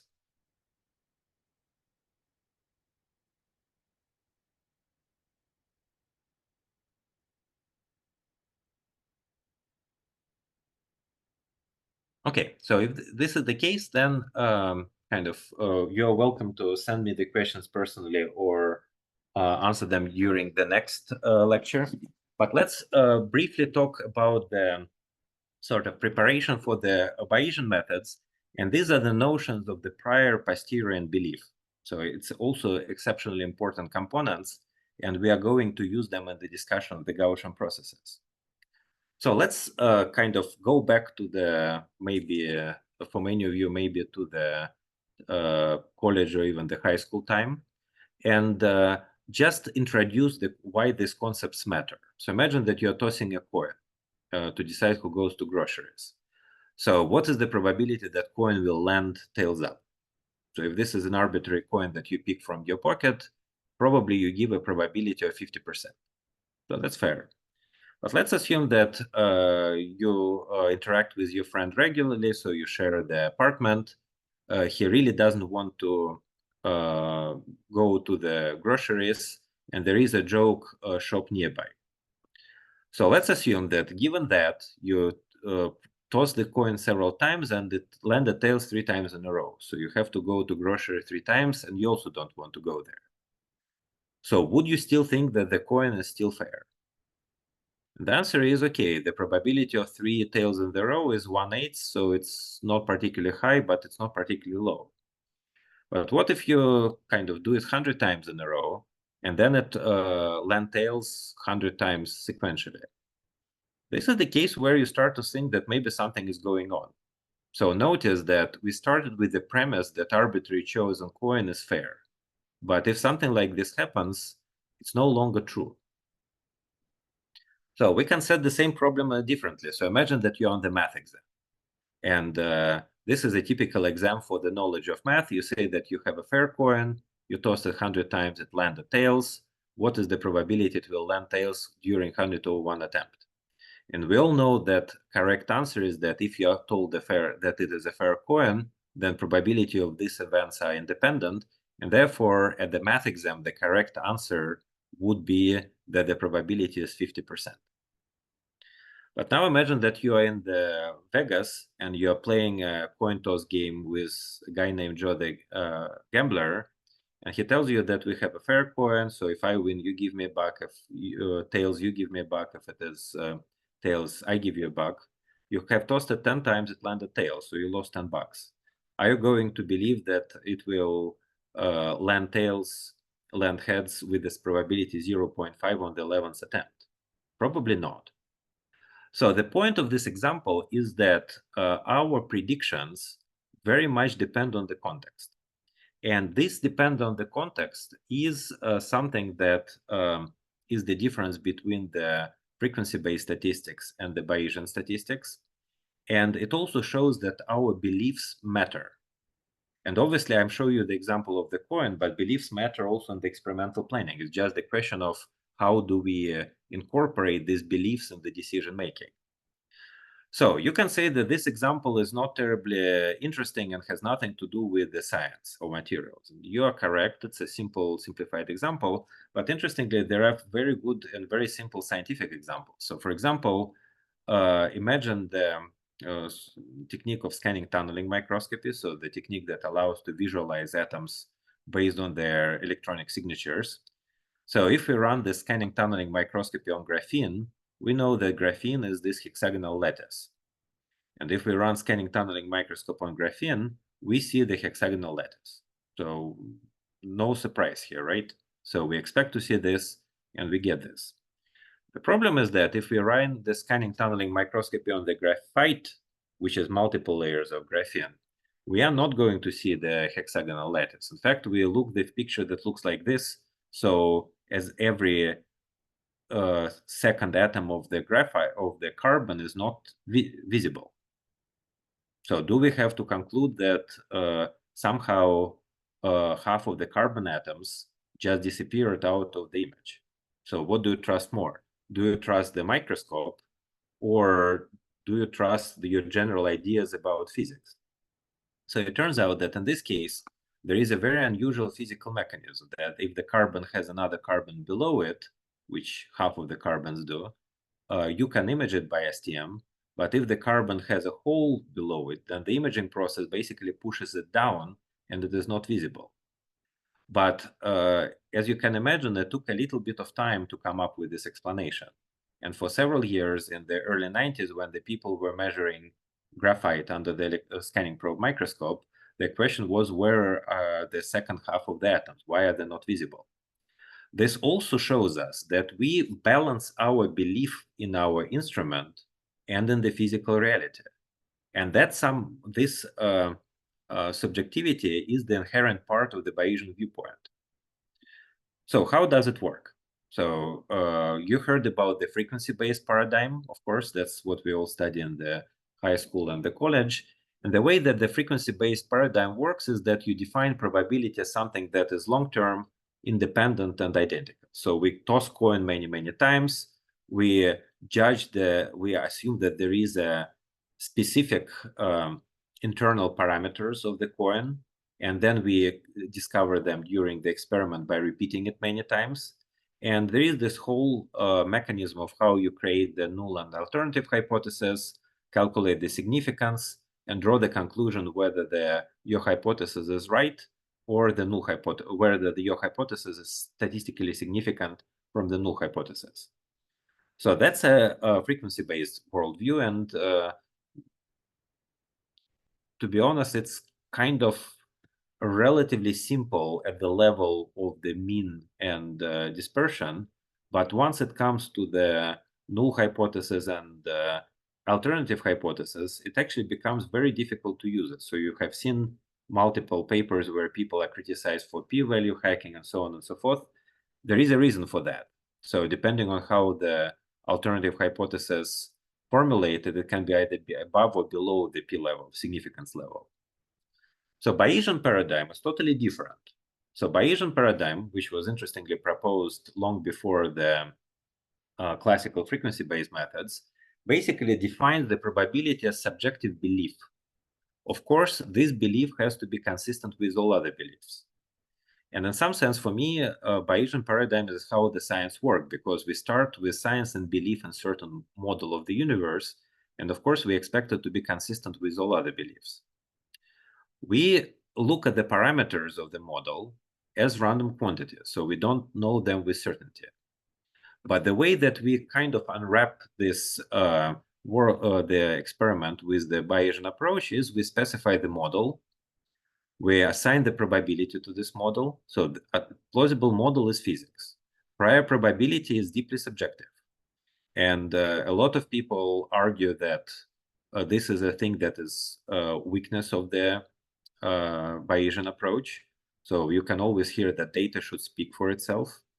So for me, as a scientist who started to do science in high school and did it continuously for 35 years, Data does not speak for itself. Data has a meaning only in the context of the certain model. Without the context, data is meaningless. The context can be implicit, and then we say data speaks for itself. But in all real-world situations, it's not the case. So we always need to have a prior probability, and I've just shown you example of this graphene where we had to put a prior probability of is our microscope working correctly, or is graphene missing an atom? So that's a kind of a case where the prior belief actually matters. Given the same experimental data, we can make one or the other conclusion dependent on what else do we know. And then the way Bayesian approach works is that, okay, you run an experiment, finally you get the data. So Bayesian worldview starts even before the experiment. Frequency-based one starts at the experiment. You calculation of the probability of data under the model, and then you kind of refine your expectations. So basically, based on your prior expectations and data, you create a posterior expectation. So you refine your model. So the keywords here, which are probably familiar to all of you, are the probabilities. So we need to know what is probability of event. So that's very basic. The things that we need to define is a joint probability, so meaning what's the probability of the events getting together, and conditional probability, what's the probability of event A if event B has happened. So this is relatively simple illustration of how they're connected. So this is joint probability of A and B. These are marginal or individual probabilities of A and B. And these are the conditional probabilities. So what's probability of A if this specific B has happened? So Bayesian theorem basically says, if we apply it to science, basically says that this is how we do science. So we start with the probability of certain model. So this is our prior belief. We run the experiment that gives us certain data. We need to calculate the likelihood, meaning the probability of the data given the model, and we need to have evidence, which is essentially probability of the data. And if we have all these three elements, we can refine our model, say that given our initial ideas of what the models are, we can say what are the models that are consistent with the data. So that's how the Bayesian approach works. It is complicated because this is subjective. This requires a lot of calculations, or this requires a physical model. This requires a lot of calculations. But ultimately, this is a principled way how we can put experiment and theory together. So if I show it in a little bit more different form, then if we do the hypothesis-driven science, what we want to learn is what is the probability of theory given the data. So what theory consistent with what we have. The forward models are typically probability of data given the theory. Our domain expertise is the probability of the theory. And this is essentially high-performance computing. Notice one key thing, that this shows what do we do with the results of the experiment given the theory, how we go from prior to posterior knowledge. This does not tell us anything about how we make hypotheses. Hypothesis making is not a part of the Bayesian worldview. That's something that deeply related to the human creativity, and we are not going to talk about it. But Bayesian way is the principled way of saying that this is what we believed before the experiment, this is the calculations we've done, this is the data we've taken, this is what we believe after the experiment. And it turns out that this would be a foundational element for the automated experiment. So with this being said, let me switch to the different window and show you how we are going to run the workflows and illustrate how the things are going to work out. So I have made a GitHub repository that will contain the materials for this course. So you can see the title here, and I can drop it in the chat. Come on. Here we go. Chat. Here we are. So basically, if you click on this link, you will go to the GitHub. So you will see exactly the same screen, or hopefully will see the same screen that I see in front of me. So you have a README file, which is not particularly interesting. You're also going to have a file which is called 0bayesiancoin.ipynb. So what this file is the Google Colab. If I click on it, you will see that it opens and gives you some line and code, some text and code. This is not super interesting so far, but if you click at this open the Colab mode, you're going to see that it opened in the browser window. So what the Colab is essentially a very convenient method that Google has made publicly available in 2018, which allows you to run the Python code in some cloud environment. So it's your personal cloud where you get access to the Python installs. You can run the code. You can have access to, if you want, you can connect it to your Google Drive. But if you connect it to your Google Drive, then your code can write files and, of course, can delete files and do other things.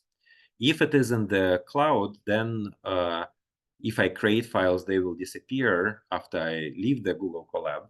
But at the same time, it's kind of absolutely safe. It's an environment which is virtual for only this session. So basically, if you worked with it before, then you already know that. If not, Google Colab allows you to, Google has a help for the Colab that allows you teaches you how to use it. But basic elements are very simple. So you have access to the table of contents. You have access to variables. So you have access to the files that sit in this cloud environment. If you really want to, you can use this mount drive, then it will connect it to your Google Drive, then you have to authorize your access. So what the Colab allows you to do is essentially run the codes in Python without having any special skill set to install the API on your local computer, and having considerably less headache in installing specific libraries, configuring your kind of local installs, and so on and so forth. Colabs take care of all that. They have a disadvantage, of course. You are not the one who controls their stability, and you are not the one who controls what the default libraries and so on and so forth. Sometimes you can tune it.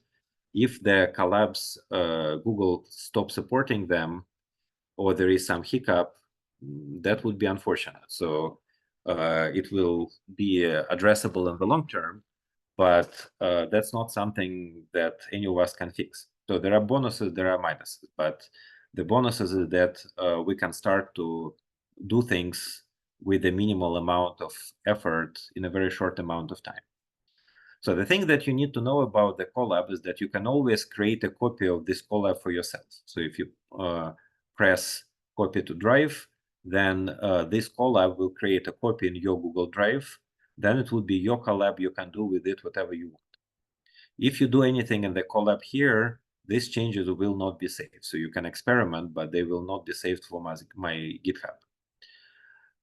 The specifics, the menus you have here are usually very self-explanatory. So you can create a new one, open, upload, save a copy in the GitHub. Then, of course, you need to have your GitHub repository. You can explore the revision history. You can download it to your own computer as IPYNB or simple Python code if you want to run it in your own Python API. You have options for edit. You have options for view.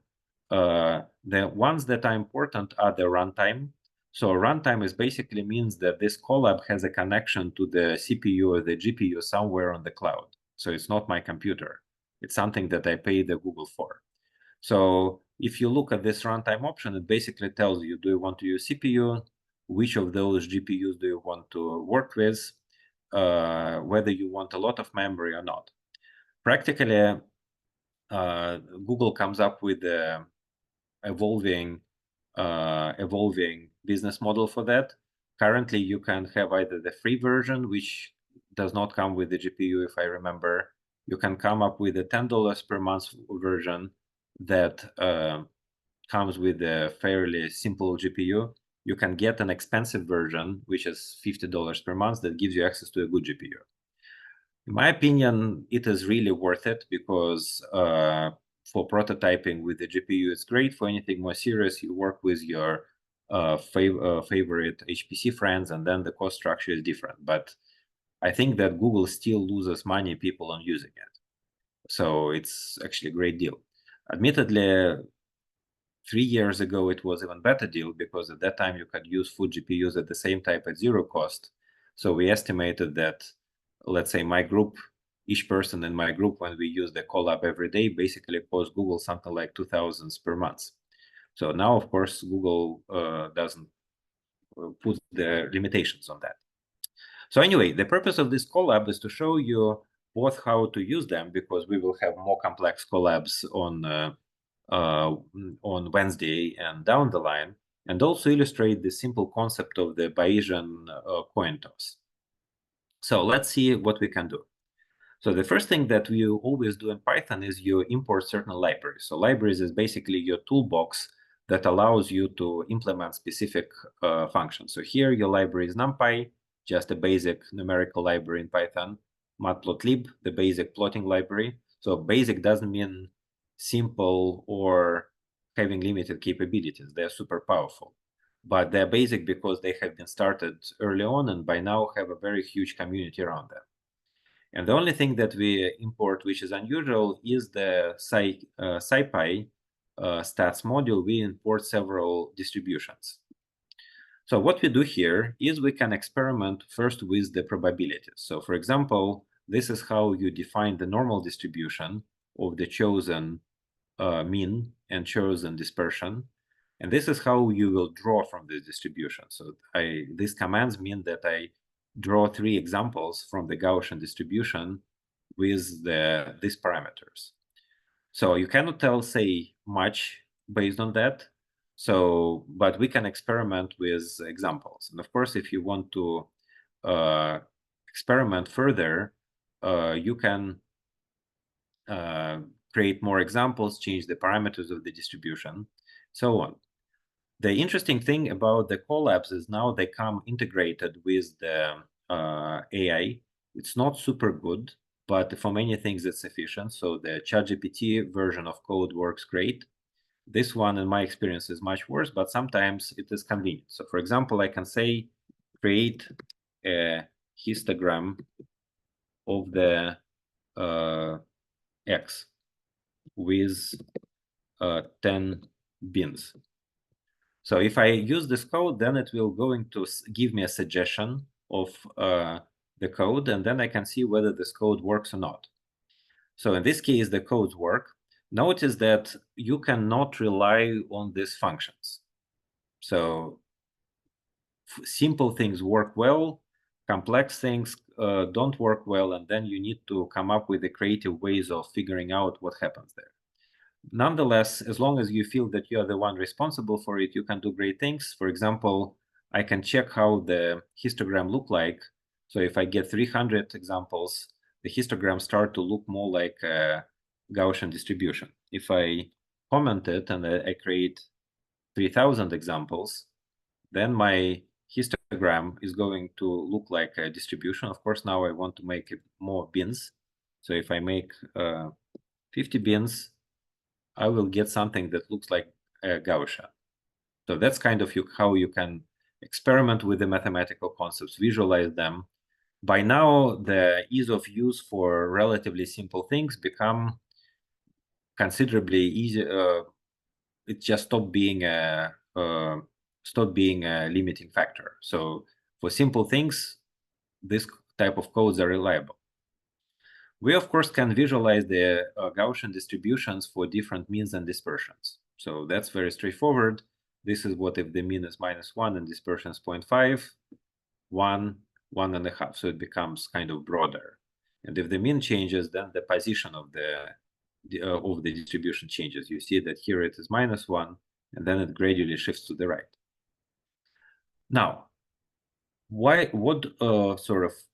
how can we use this type of machinery to illustrate the Bayesian methods and the general Bayesian logic? So imagine that we have the coins with a different probability of success. So let's say that we have coin that brings tails 1/4 of the times, 1/2 of the times, and 3/4 of the time. And let's assume that we flip this coin 1, 2, 4, and 8 times. So what we can do is we can use this code simply to illustrate what is our expected distribution of the outcomes. So very simple. If our coin is fair, the probability of success is 0.5. Then if we throw it once, we expect that there would be a 0 or 1 with the probability 50%. If we throw it 8 times, we expect that there would be a probability of about 0.25 for equal number of heads and tails. And then we will have a distribution which is, this is just a classical binomial distribution. If we drop it coin with the probability of heads 0.75, then we expect that the median of the distribution would be 6, and then there would be some distribution around it. And if we drop it with 0.25, then we of course expect that it would be 2. So if we can experiment with the number of coin drops. For example, we can see what happens if we drop it 16 times. So it's not terribly sophisticated. We just we know that this is a very basic representation analysis of the coin toss. So the keyword is that if you toss the coin single time, it's a Bernoulli distribution. If you toss the coin many times, then this is a binomial distribution. So this is a forward problem. This is very, very simple. And now let's very quickly look into the inverse problem. So that's the gist of the Bayesian methods. Imagine that I have tossed the coin 8 times. And imagine that after tossing the coin 8 times, I got the heads 3 times and tails 5 times. The question becomes, if I got 3 tails after the 8 tosses, can I say what is going to be this probability of what is going to be this theta? Is it 0.5 exactly, and this is a fair coin, or is it something else? So notice that the frequency-based statistics in this case will work. Is that we have one hypothesis that the coin is fair, another hypothesis that the coin is not fair, and we will be looking for the p-value, whether the one hypothesis or the other hypothesis wins. The Bayesian approach works differently. It says that we need to have some prior knowledge about the coin. If my prior knowledge is that coin is fair, and I'm convinced that it is fair, having 3 tosses out of 8 head is not going to disabuse me of the knowledge of the conviction that the coin is fair. However, what if we don't know anything about the coin? And we know that this is the coin where the theta can be anything. So how we are going to proceed in this case? So this is the essence of the Bayesian approach, and let me show you kind of in just 5 minutes how this line of reasoning works in the Bayesian case. So the first thing that we need to do for that is to introduce the second distribution, which is called beta distribution. So it is very, very simple. It's just product of x power alpha minus 1 times 1 minus x times beta minus 1. So if alpha and beta are 1s, then the beta distribution looks like this. If alpha and beta is 1 and 2, then it looks like this. If alpha and beta are sufficiently high, then it looks like a peak. So if I'm going to increase alpha and beta, then this peak will become more narrow and more centered around 0.5. So for the time being, that's all you need to know about the beta distribution. So it's just a distribution derived in this way, and this is how it looks like. And now let me show you how the Gaussian trick look like. How the Bayesian optimization, how does the Bayesian logic works in real life? So notice that when I showed you the example of the Bayesian methods, I always said that we need to have beliefs. Even before we run the experiment, we need to have a belief. And the way that we have a belief, we formulate the prior distribution. That's how we reflect the belief. And in case of the coin toss, our prior distribution is about this parameter theta, the probability of win. So it turns, let's say that even before we toss a coin, we have come up with the three possible beliefs. So one belief is represented by this blue distribution. So this means that we don't know anything about the coin whatsoever. The green belief means that we think that the coin is probably biased towards the heads, but we really don't know.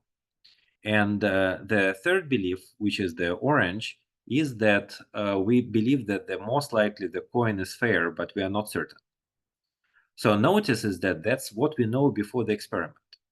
The reason why we formulate the beliefs in the form of the beta distribution and not anything else, that's actually to make it convenient. We can make any belief, but if it is beta distribution, then it is very easy to update this belief given the experimental data. For all other distribution, it will require numerical methods. And that was actually the reason why people have not been using Bayesian methods a lot, simply because doing it numerically is computationally intensive, and doing it analytically and simple is possible only for very special cases. And this beta distribution and coin toss is one of those special cases. Gaussian methods is the second special cases. Poisson and gamma distribution is third, and then there are more examples on the Wikipedia that I don't remember. But see what happens. So before we drop the coin, we have a belief.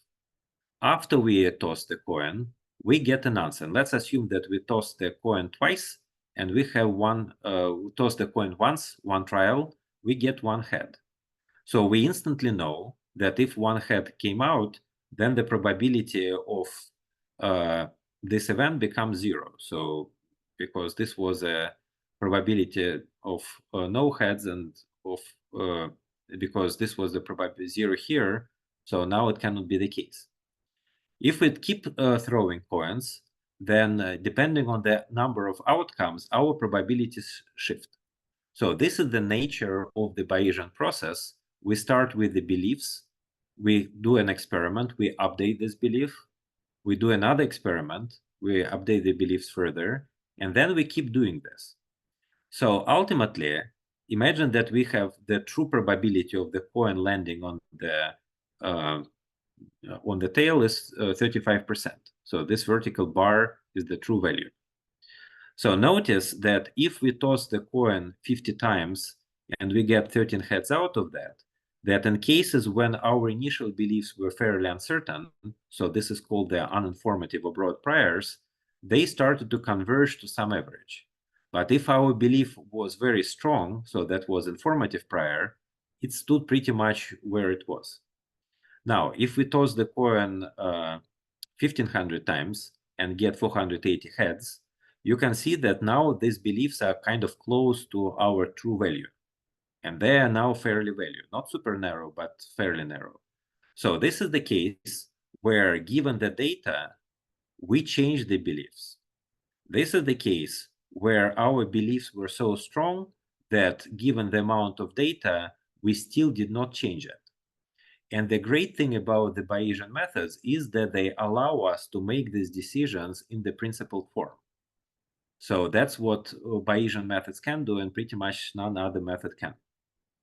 So now we are at the end of the hour, so let's stop here. So we went through the introduction of why we are using the Bayesian methods, and we went for the very basic illustration of the concepts: what is belief, what is Bayesian coin toss, and so on and so forth. So if you want to spend the next 2 days to learn in it, I strongly recommend to go through a few chapters in this book, Bayesian Analysis with Python by Asfalto Martin. So this is a part of the Pact subscription. So this is the book with the code. You can read the book and run the code in the Colab. My advice is don't buy the book, buy the subscription. Subscription costs $12 per month. Book costs like $40, and there are a lot of other interesting books.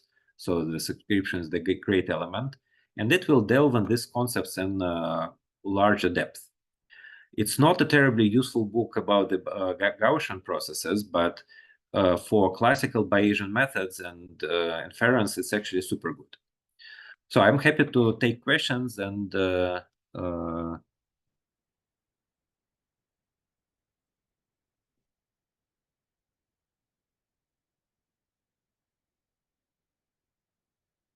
okay, sounds good. So if you have questions, let me know. If you don't have questions, then talk to you on Wednesday. And on Wednesday, we are going to talk about the Gaussian processes, what they are, how to break them, and how to make them useful. See you all. Thank you. See you Wednesday. Bye.